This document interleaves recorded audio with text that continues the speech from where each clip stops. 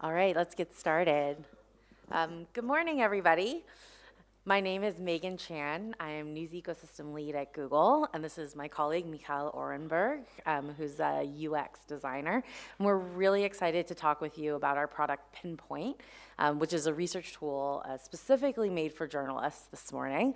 I spent more than 10 years as a journalist in the US. My last job was working at the Washington Post, and I've always sort of worked at that intersection of the newsroom and editorial. And so it's been really such a privilege to be able to work with great technical minds at Google to bring the best of AI and search technology to journalists. So to kick us off, just kind of an idea, like how many of you use Google search? Just raise your hand. Like on a daily basis? Good to know.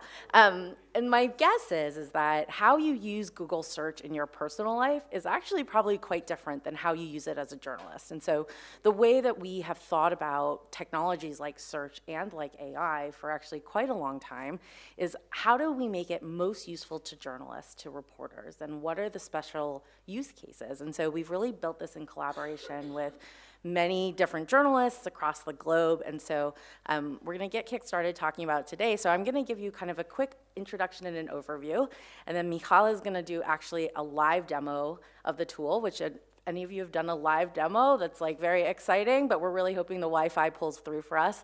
And then I'm going to show you some case studies of how other journalists have used it, which I think is always really helpful when you're kind of thinking about your own work and how this might help you.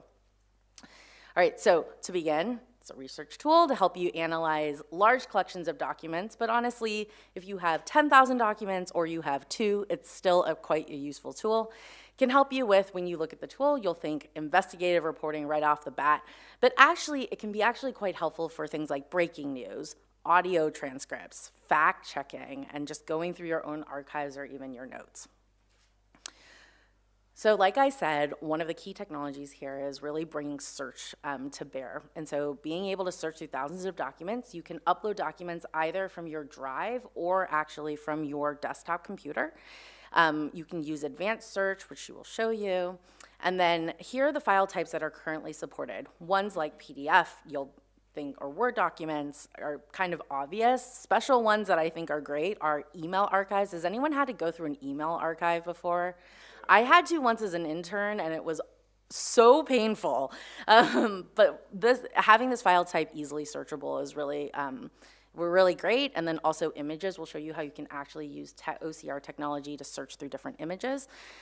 Transcribe these audio and video files. We'll also show you how you can edit these transcripts when you get them through.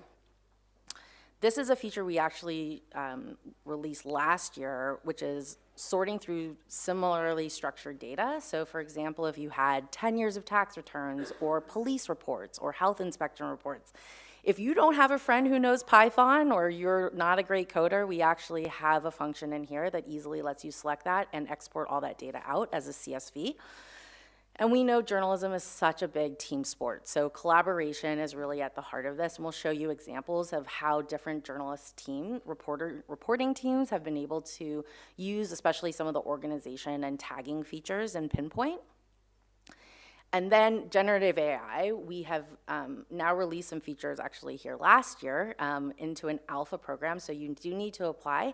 But actually today, we're gonna give you a sneak peek at some new features that are available just today, and then some that are coming in the next few weeks.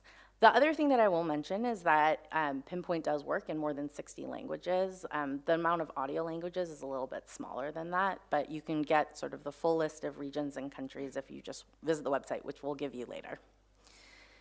And of course, I think one of the benefits of being a Google product is we have the best of Google's privacy and security policies in place as well. So all collections are private by default.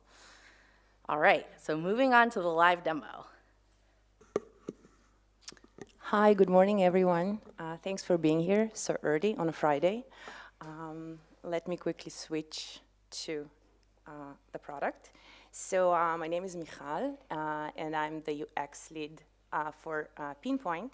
So as Megan mentioned, today I'm going to walk you through key flows that can really, really help you to save vast amount of time and help you focus on your core work. And I also will be showing you new functionality that we soon will be adding to the product.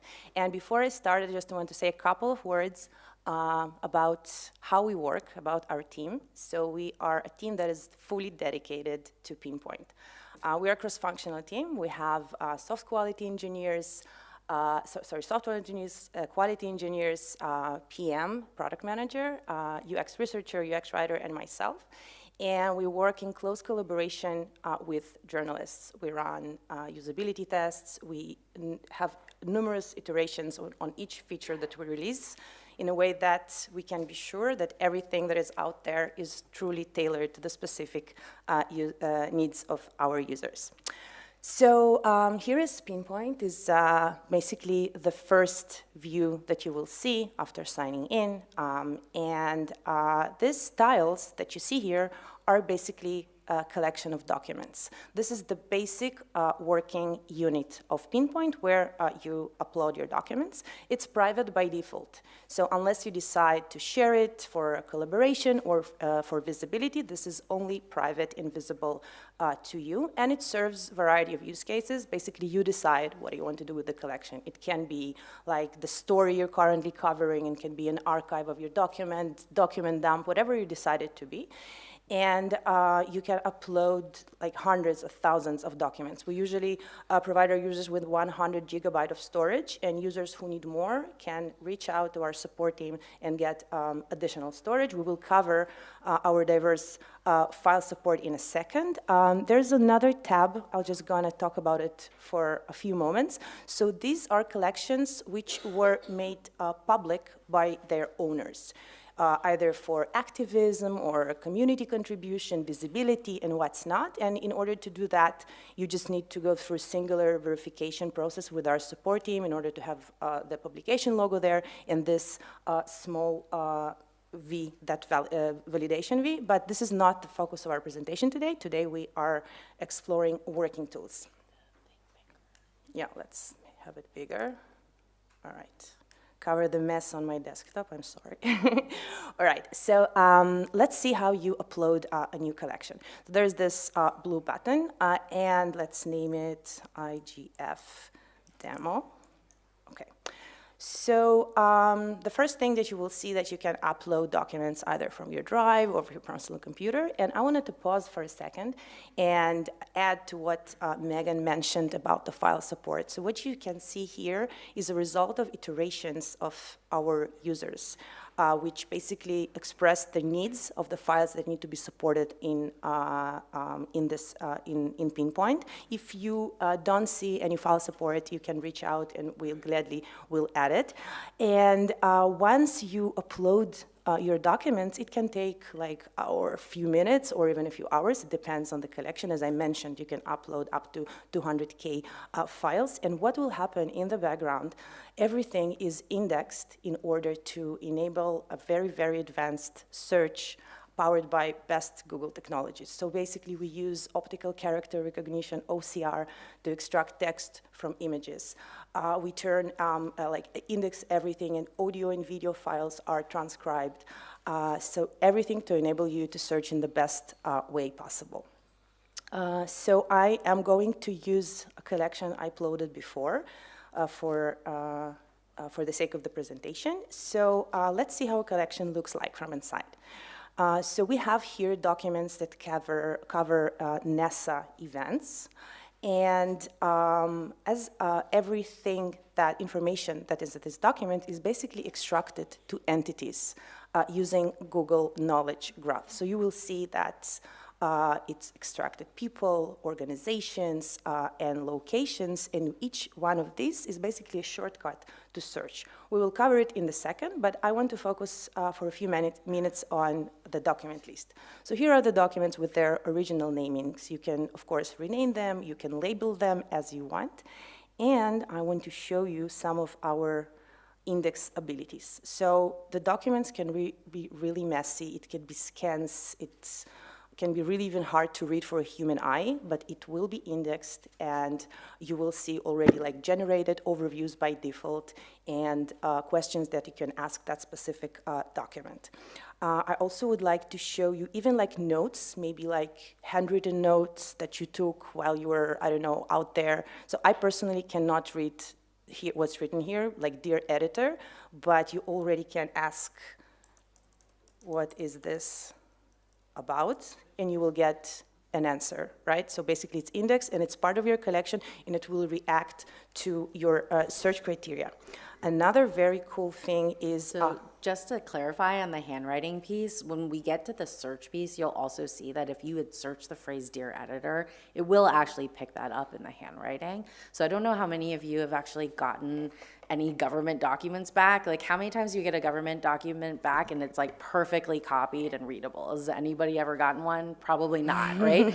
I think the amazing thing too is that it doesn't matter if the documents are upside down or if the handwriting is at an angle, for example, or it's on the margin. So I think for my political reporters in the room, a lot of times when you get like, for example, bill, in the US we call it like bill markup, you've got that handwriting, you want to kind of figure out what the difference is as different versions of legislation go through.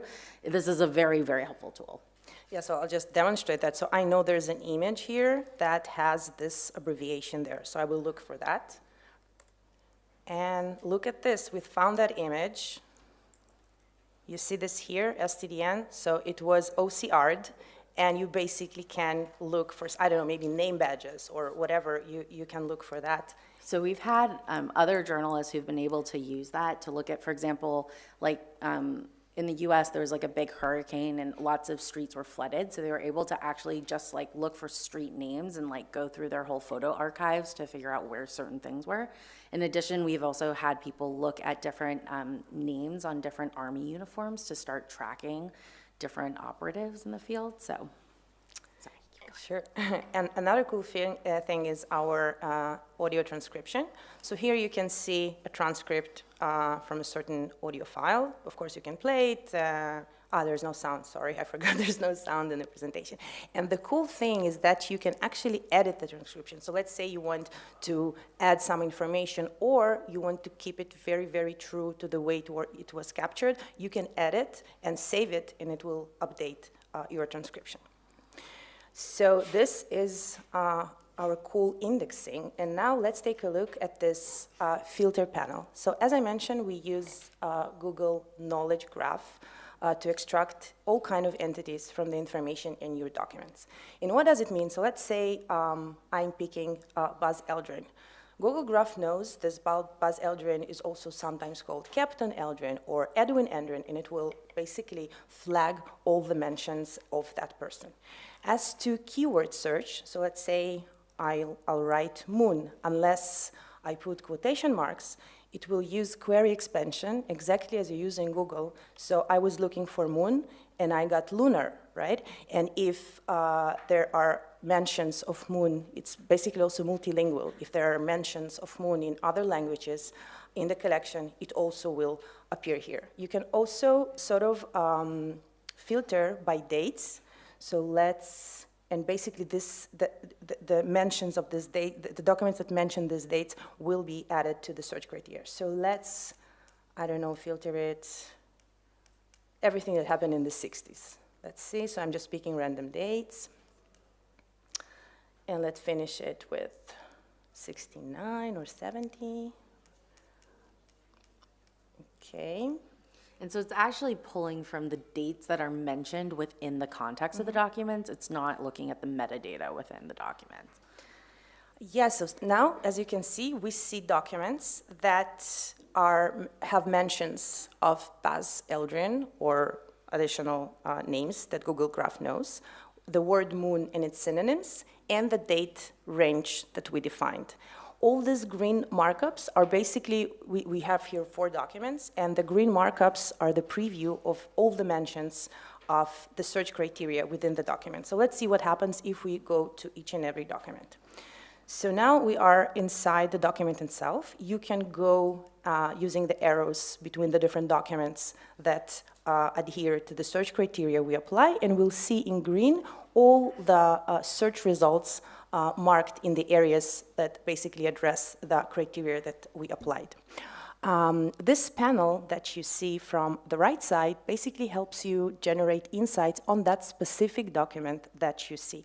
Automatically, by default, you will get an overview, right? So this is overview that gives you like a summary of the document. These rectangles are basically attributions.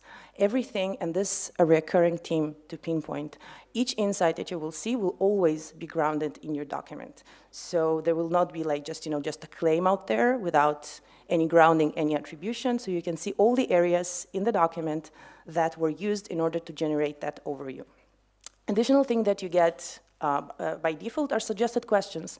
These questions are also based on the context of the document, and they help you sort of get the idea what kind of questions you could ask the LLM, the Gen AI, to do for you in that context. And you have the open prompt. Here you can ask anything, any factual, basically facts retrieval regarding the document. And the cool thing that the conversational interface here is multilingual. So the document is in English, but let's say I have a question in another language. So here in Spanish is just what are the key points of this document. And I will get an answer in Spanish that is grounded also in the document. So even though the answer was in Spanish, I still can see from what areas of the documents did the LLM take this information. Additional cool thing that you can do in this document viewer, you can highlight part of the text. So let's say there's a certain area of the text you want to focus your attention or to get back to later, you just highlight it, and then this small menu will pop up, and you can highlight, and the cool thing is that you can highlight and get link. This link, whoever will use it, will land anchored to that exact paragraph, that exact highlighted text that you selected, and this is really great for collaboration. Just imagine instead of saying to your colleague, oh, go to the document and search, I don't know, through 100 pages for what I was looking for, you just give them the link and they land exactly there. And I'm also going to give you now a sneak peek to feature that we will be adding like in a few weeks to that exact menu. So let's switch context. We are now covering dog stories. There's an article about a Welsh corgi. It's also because my parents have 2 corgis. Let's say we stumbled upon, like, I don't know, a paragraph or a word or whatever, or even a synonym that we don't understand.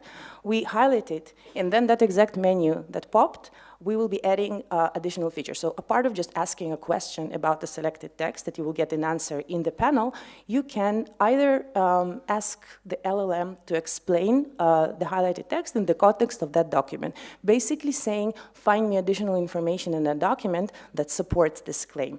So what will happen is that the document will be analyzed, and you'll get an answer according to the context of the document. Of course, as I mentioned, everything is grounded with inside the text. You will see where the information is coming from. Additional thing that you will be able to do is, let's say you would like to get some additional information on Google search, maybe to cross-check, maybe see if the information in Google supports or negates the information that appears in the doc. And if you will click on check on Google search without leaving Pinpoint, you will get sort of a summary of information that Google found related to the text that you highlighted, and you will see the sources that it's based on without leaving the tool. Assuming the sources are relevant for you, you can click on them and go explore them further. So this is upcoming functionality. It's still not part of the product, but we really plan to release it soon. Okay, let's go back to reality, to what is currently in the product. Okay, so I'm going to switch to another collection because I want to show you this visual annotator Megan mentioned, which basically helps you extract information from similarly structured documents. So I'm switching to a collection. I will show you how the document looks like. These are country reports. So you see that all the documents are structured in the same way. And let's imagine that we have not 11, but I don't know, 1,000 documents. And we have this very cool visual annotator that is right here, extract structured data. And it will open in a new tab. And it randomly picks like a golden document, like a father document that, according to the manipulations that we will do here, will basically apply to all of the rest. If you can basically change it to be some other document, but it chooses it randomly. And here you have like a tool of tools and options of what you can do. So if we will pick this key value and draw a rectangle around the information of our interest, so let's say I want to keep the country name and always make the rectangles long, because Egypt is rather a short word, but imagine there will be like a longer, so just in order for it to cover longer words. Here you will see sort of like a preview of fields, and you can make sure if the information that you captured in the rectangle was captured correctly. And we see here that it wasn't captured correctly because the title is not sources, the title is country report. So you simply drag this little cute rectangle and help Pinpoint to understand what you were meaning, okay? And then voila, it's updated. You see country report, Egypt. Okay, we're moving forward. Let's say we want to include in our spreadsheet also the capital of the city. Again, you should draw like quite a long rectangle. Wait for a few moments, and you see that it captured capital. So this is the title of the column in the spreadsheet, and it's Cairo. And here is your preview. You see that we already have all the documents. They will be linkable in your spreadsheets, and we have the country name and the capital. And also, you can rename these fields. So let's say I don't want it to be this column to be called country report. I want it to be called country name.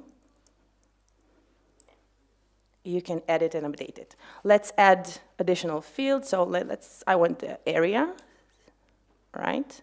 So again, it will appear here for you to validate and to edit, and it will soon be appearing in the preview of your spreadsheet. And another really, really cool thing, if you will choose tables from your tool set, you basically can add tables to your spreadsheet. All you have to do is to roughly draw a rectangle around the table that appears in your document. You can move this, like sort of the borders, you can add columns, you can merge and delete some. You give your table a name, so let's call it largest cities. And the most, I think, astonishing part of that, I didn't design this feature, so I'm really truly astonished by that. You know how tables can spread through numerous pages? So here you can just drag this table through as many pages as you like, and it will capture it as one table, and you even can just have parts of it. So let's say we're saving this table, and you will see here, this is the preview of your spreadsheet, and you can see here the table as well. So let's see. Okay, so this is your table, okay? And we can keep and adding columns and eventually extracting it to a spreadsheet. And now I'm going to switch. We're going back to cover dog stories. And I want to focus your attention a little bit on this panel, again, from the right, in the context of the collection. So this panel we introduced very recently to our early access users, and we will be adding additional functionality in the next few weeks, which I also will show you. And this is dedicated to generate insights and finding based on your collection. So basically, you can run operations on the entire collections or the documents that you select. It has dedicated tasks, we call it hero research tasks, and it has an open prompt. I will tell you a little bit the story of how we came up with this. So a few months ago, we just came up with an open prompt, basically allowing users to ask questions about their collections, and obviously users didn't know what they can do with the LLM, and they're not supposed to know because users are not prompt engineers. So basically they were guessing, and ambiguous prompts resulted with very low quality LLM results. And so the value that we could bring obviously wasn't as clear, and a user didn't know like how they can utilize this tool. So we thought to ourselves, how can we minimize this gap? How can we enable our users to make the most out of LLM?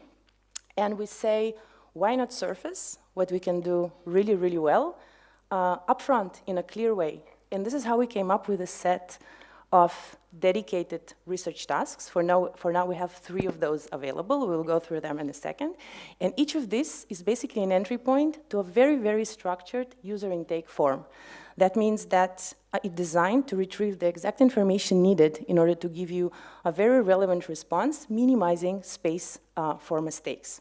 So let's see how it works like. By default, it will run on the entire collection unless you decide to choose documents using the checkboxes.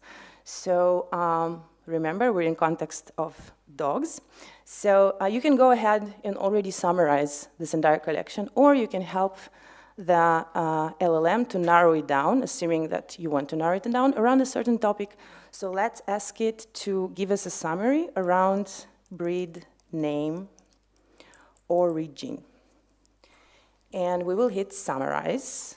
The LLM will go through the entire collection looking for mentions of that topic and provide you with, again, everything is grounded, so you will get an overview, and you will have all the mentions, basically the information that was used to generate the summary at your fingertips. Another cool thing that you can do it on more than one topic. So let's say I wanted breed, name, origin, and typical behavior. Let's see. And then we'll get, get a summary for both of these topics. So I think what's helpful about this interface is actually, if you were able to catch our colleague Eitan's session yesterday on just sort of Gen AI in general, it is particularly helpful when you have very specific prompts, and I think we're all sort of learning about how to create prompts that get you to the answer that you're searching. And so the sort of suggestions here, I think, are a really great starting place for users coming through Pinpoint, looking at their own collections. Yeah, and really, it was really important for us to minimize this area for mistakes. We really want to save our users the time and don't want to keep them guessing what they can do with the LLM. So let's try and see what compare does. So here, mentioning minimizing the area for mistakes. So the interface will show you that you need to select up to 3 documents, and it will not let you to proceed knowing that you will fail here. So let's pick a Chihuahua and a Bull Terrier. And again, we can compare them as is, or we can define a topic. So let's compare hunting skills and typical behavior. Okay, let's see. And after a few seconds, you will basically get, it also will be marked down. So you will see the comparison of the first topic and the second topic here.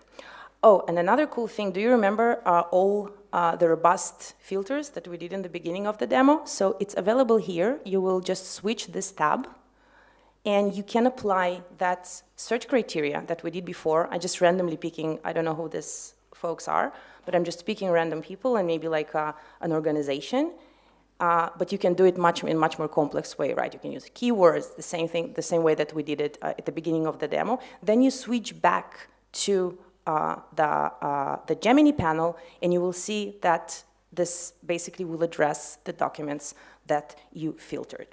Okay, so I'm now going to switch in to show you some upcoming functionality that we really will be adding throughout the next few weeks, which will be added to this panel, because our plan is to expand and to add more and more relevant so-called tasks that can help you with your ongoing work. So first of all, let me just clearly see, yeah, okay. So very soon we'll be adding a history log. So here you will see 3 months back, all the operations that you did with the LLM, and you basically just go and jump back in and to keep working on this thing that you already generated. These spinners are basically long-running operations, because sometimes the LLM operation can take long, and we don't want to prevent you from working while it's running. So you will see there's something it's cooking, and we'll notify you when this task will be ready. So let's start with labeling documents. So I'm not a journalist, but I know that especially when you have like a lot of documents, especially in the beginning of your work, you want to classify these documents. Maybe you want to, I don't know, to plan your work ahead. And today, like this is what we know from our users, they just go through each and every document to see what it, and basically label them one by one. What we will introduce here is basically a way to label documents at once, only by defining a criteria that documents should meet. So let's see how it works. You see only two fields here. We need to set criteria and label. So by the way, we're not dog reporters anymore. We're back to NASA. We're serious reporters. So let's... Hey, dogs are very serious. So let's, I want to like label under a label all documents that were dated before a certain year, 1967. And the second thing I need to do, I need to give my label a name. So I will call it pre-1967. I will give it like a color. And the cool thing is that you can do this for, like in bulk. You can define up to 5 like sort of couples of criteria in label. And it will basically result with creation of the label mentioning how many documents met the criteria that you applied, and then you will be able just to go and to see all the documents that you just categorized. Another cool feature that will be soon added to that panel is timeline creation. So basically you can create a high-level overview of your collection or of selected documents in a chronological order, in a timeline way, mentioning key events. And again, all you have to do, you can just, either select documents or run on the entire collection and create this timeline, or you can focus it around a certain topic. So let's say if we back to NASA context, I want to, I don't know, Apollo 11 science. And after running it, I will get like key events in a chronological order of this topic that I defined. You immediately will get CSV file that you can download. And you will see how many documents failed the analysis. So you will know that some documents, I don't know, because they were like not as clear or something, but you will know which documents wasn't included in that timeline. And again, everything is grounded in the documents. So you will be able to open each key event and see on how many sources it is based. You can see the previews of the information in the documents, and you can go inside the document and see, again, all the mentions in that document that sort of were this key event was based on. And also you can see all the other document that was sourced in that key event. So this is for timeline. And another cool thing that I'm going to show you, and this is the last feature, it's basically already available in the panel. It's right here, but I want to show you its full functionality that will be there like in a couple of weeks. So remember the visual annotator with the structured documents, but what if the documents are not structured? What if they're not in a table format, but you know that there is certain information there that you want to build a spreadsheet from, and it really can be thousands of documents. So basically, this feature enables you to create spreadsheets from the key information that you define. And each key information that you will define will be translated to a column inside your spreadsheet. And you even can ask questions, not necessarily Boolean yes-no questions. You can ask questions, how was the weather like during the event? I don't know, was the judge in the good mood? Or I don't know, I'm just improvising right now. But let's see how it will work. So again, you will be presented each time with a singular field. And we're back to dogs. And let's just extract breed name. Sorry. Let's just extract the breed name, the explanation of that breed name, typical behavior, famous dog in this breed, and let's ask a question, is it a hunting dog? So each of those will be basically a column in the spreadsheet that we will generate. Let's run it and see what happens. So again, you will see here up front everything that you defined. You can go back and edit, remove columns, or add an additional one. And here, this is the part that is missing. Everything that I showed you up until now, it's already here. But I think that this is a really crucial part. This is the preview, because this again, it depends on the size of the collection, but this could be a long-running operation, and we don't want to make you like click the generate button before validating that this is exactly what you intended. So you get a preview based on sample of documents, and you will be able to see whether this is what you had in mind when creating the spreadsheet. And again, like some information might be missing, but you'll get an explanation from the LLM. For instance, like it says here, the document does not explain the origin of the breed name. So you will already see in the preview what works, what doesn't work, and you can tweak your spreadsheet accordingly. And you will have like links that will take you to each and every document, and you will see from where the LLM got this information. You can preview more documents if you'd like to. And after running it, all the documents, again, as I mentioned, it could take some time. It depends on the size of the collection. You will get the CSV with all the extracted data, and you can download it to your computer. So that's everything from my side today. Thank you so much for listening. And you have any product or features-related questions, please don't hesitate to reach out, and I will collect your thoughts and your wish for features. Thank you. Thank you.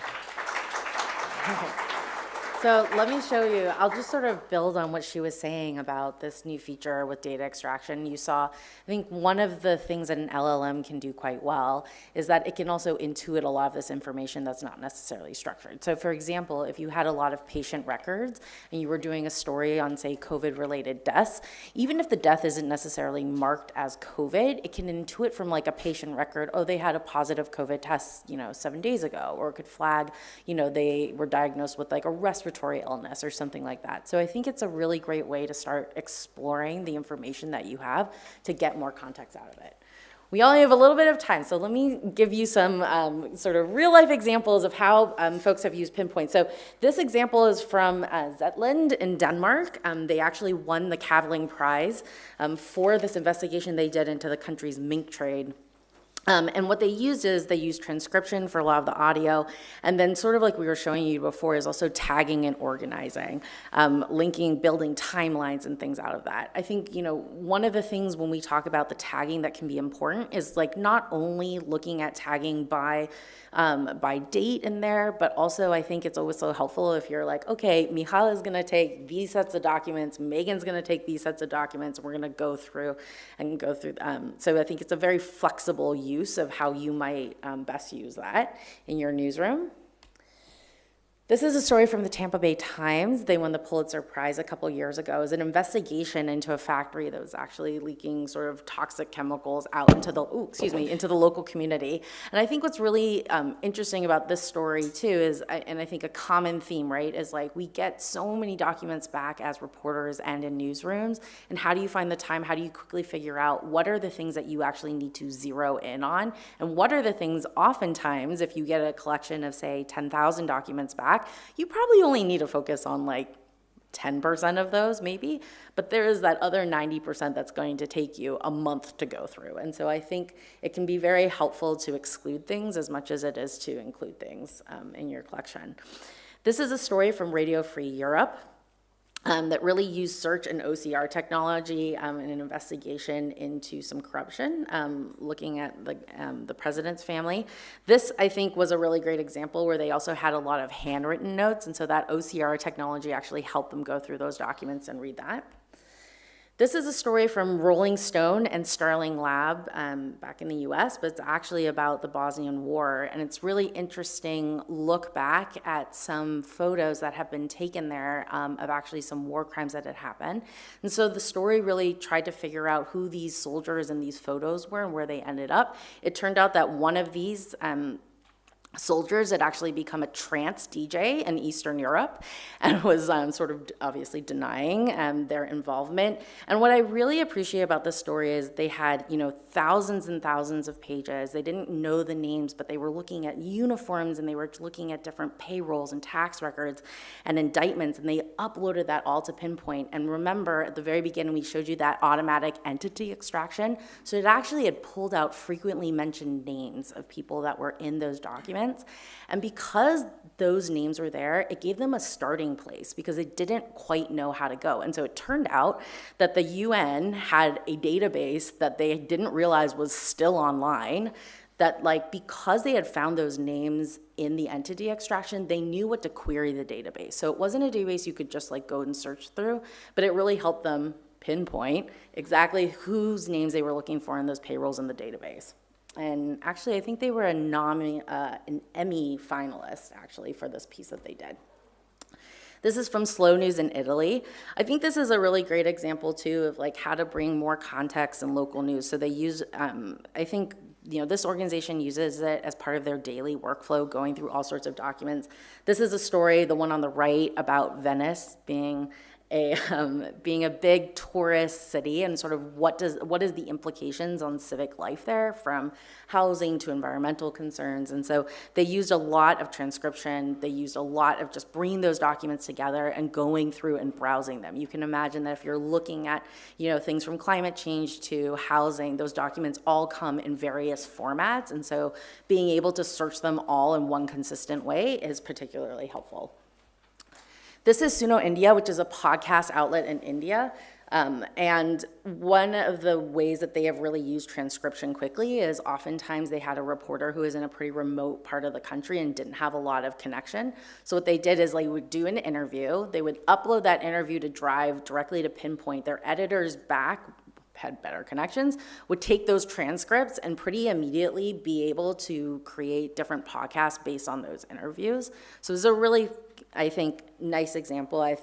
We talked earlier, it's not always about like deep, months-long investigative journalism. You can also have some really quick wins using this tool. This is Info Amazonia in Brazil, who did a story on indigenous rights and contracts. And, I think the way that the reporter described it was he got like tens of thousands of documents from this energy company who had gone in and tried to get indigenous people to sign away their rights to the land. And so there was a collection of tens of thousands of obviously documents that they had signed, and also photos, and was able to just sort of do speed reading to try and help restore and get reparations for the indigenous community there as well. And sort of said, this is like a mini Google search in my pocket, and being a singular reporter, this was something that was really helpful and probably would have made the piece otherwise impossible to do. This is from WPA in Poland, and it's a story about match fixing and with the national football team and looking into corruption. They looked into over 65,000 different court documents that had tables in them, for example, and so we're able to really narrow down on different names and dates and sort of specific examples of wrongdoing, and to have this piece done. This is the Boston Globe, who a few years ago won the Pulitzer Prize. When we showed you earlier all of the search, and we talked about, she talked about how synonyms are really helpful. So for example, they were looking into the type of military equipment that the Boston police were buying. And the name that you have in your head for what a specific weapon might be called is probably not what it's called on the ledger that they're using and the receipts that they're using to buy things. And so because of the synonym finder, they were actually able to figure out more of like what they were actually buying and be able to do the story. The Pulitzer that they won, they were looking at different dangerous drivers who were kept on the road. So big truck drivers who had had fatal accidents and killed multiple people in one state. Because states didn't communicate, they were still able to keep their licenses. But because they were able to use Pinpoint to compare that state-by-state data, which in America, every state does not report in the same way or in the same format, Pinpoint is able to help bring all of those documents together. Maria Resso is one of our earliest adopters, and I think one of the things that I appreciate about how she uses it sometimes is, oftentimes I know that your stories don't come in one sweep, right? Sometimes it's you've collected bits and pieces of documents over a period of time. So you can actually keep uploading those documents to Pinpoint and get a clearer picture over time of what your notebook looks like. Speaking of which, Verificado, which is a fact-checking outlet in Mexico, often uses it too in the same way of searching through their own archives. How did we cover this fact check, a year ago? The example here, though, is actually during COVID, they had actually started to compare the transcript that the Mexican government was sending over the presidential address versus the one that they actually pulled directly off the radio. And they were able to actually figure out what the delta was between what the government transcript was and then what theirs was. The Washington Post, my alma mater, also uses Pinpoint quite a bit. Some of their sort of deeper investigations looking at, for example, dozens of assisted living residents who died while just sort of wandering off the property. And so what's helpful here, right, is being able to look at the different names of the facilities, and particularly there sometimes is the same owner across multiple facilities, and so you can see what the commonality in those are. And this is a little bit older example, but we talked about how you could use Pinpoint for breaking news, right? And so oftentimes I think you have planned breaking news where somebody is going to go and testify, for example. Sometimes you get the pre-read of what they're going to say at the testimony before any legislative body, but you also probably have a lot of other documents. You've probably done a lot of other reporting leading up to that. And so in Pinpoint, you can upload all your things, and while that live testimony is going on, you can actually say, oh, like if you hear a name or you hear a place and want to reference a fact back, then you can go and reference that directly into Pinpoint and find that original source that you have in your documents. I'm going to skip here. This is an older example from USA Today, but I think a really good one about also fact checking. So this was about deaths tied in nursing homes to COVID. But it was, I think, one of those stories that, especially for an organization, it's like looking across multiple states, right? Any sort of time you're looking at documents that are coming from different departments or just different entities, it's really hard when that data doesn't match up. I will say, like, one thing too is that how many of you, like, I know a copy editor has saved my butt so many times, but how frustrating is it when they are asking you these really detailed questions, right? And going back, like, what is the date? Show me when that police, show me the date of the arrest. Show me the name of the officer. Show me the name. And you're like, okay, and these 10,000 documents, let me go find that for you. Pinpoint, if you, for example, when Michal was showing you the sort of, you can highlight and get the link, your copy editor can just very quickly go back and like make this process and relationship a lot better. And so I think that's what Pinpoint can help with. All right, I know we're short on time. Here, I feel like we don't ever have to tell journalists to be shy to give us feedback, the good, the bad, and the ugly. We always appreciate it. Again, we've built this really for the specific needs of reporters. So please reach out to us with anything. We always love to hear that, especially how you're using the tool. I think these case studies are always helpful. The g.co/pinpoint is a great short link. You can go and access the tool right now. If you are in a country with availability for the Gen AI features, we do need you to apply for the alpha access. It's a very, very quick process. Oh, I should have mentioned, is also fee-free for journalists and academics. All right, I think we have time for a couple questions, if there are any.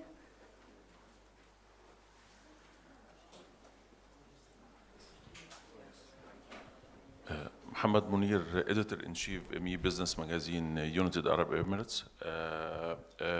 Arabic language is one of the widely spoken language, and also investigative journalism is growing very fast in Arab world.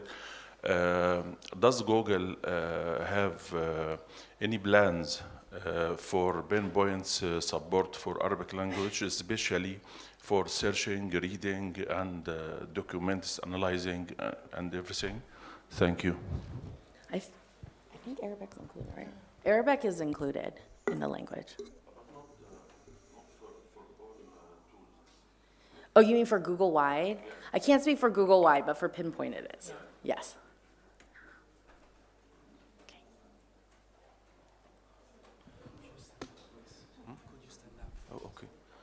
Khalif Al-Kitwi from the UAE. Thank you for this presentation. My question about how can I make the balance between a quick arrive to the information and about to be sure that this is the truth information.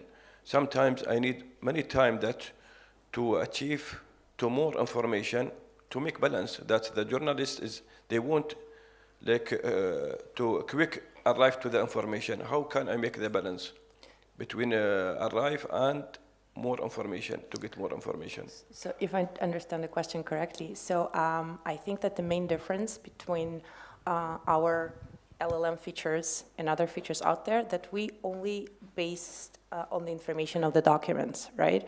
So the LLM will not invent or make anything up. This is everything inside your documents. And as I showed before, if maybe you're not sure regarding the information that it's inside your documents, you can cross-check it with external sources and see if the information that is available out there validates or negates the information in the document. So we're doing our best sort of to prevent spread of misinformation because everything is grounded.